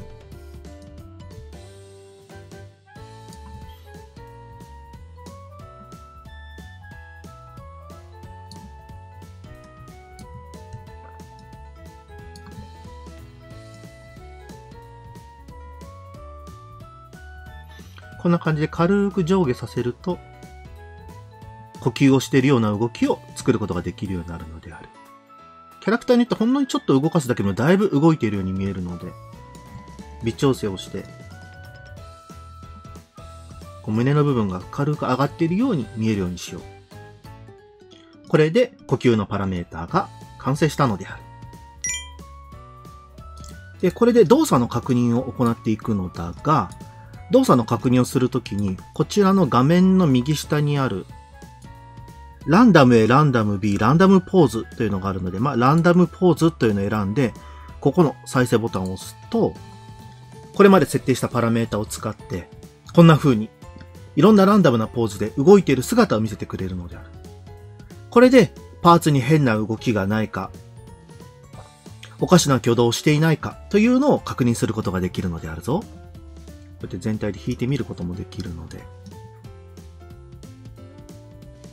いろんな角度で動いて、ちゃんと問題なくできているかどうかというのをこれで確認しよう。基本これまでの作業を行っていれば、問題なくパーツもきちんと動いているようになっているはずなのであるぞ。これで、このライブ 2D 初心者向け講座の第2部完了なのである。いやーお疲れ様なのであった。本当に多分この X や Y という角度をつけるのってすごく時間がかかるし、どういう風につけたらいいんだろうってわからない、難しいと思うものもたくさんおったであろう。だけれども、やり方やどんな風にすればいいのかというのをこの動画からたくさん学んでもらい、そしてこの講座で使った教材で実際に動かしてみて、こういう風に動かすとこう見えるんだとか、こんな風にするとこういう形になるんだというのを学んでもらえれば、次からは自分で作ったモデルや他のモデルデータでも簡単に作ることができると思うので、何度も繰り返したり調整したり確認をしながら、ぜひぜひ挑戦してみてほしいのであるぞ。そして次のライブ 2D 初心者向け講座第3部では、物理演算、そして VTube スタジオにモデルを実装するまでを執り行っていこうと思うので、ぜひぜひ最後まで見て完成してもらえると嬉しいのであるぞ。動画のご視聴誠にありがとうなのであった。良ければチャンネル登録、高評価、そして SNS のフォローなどよろしくお願いいたすのであるぞ。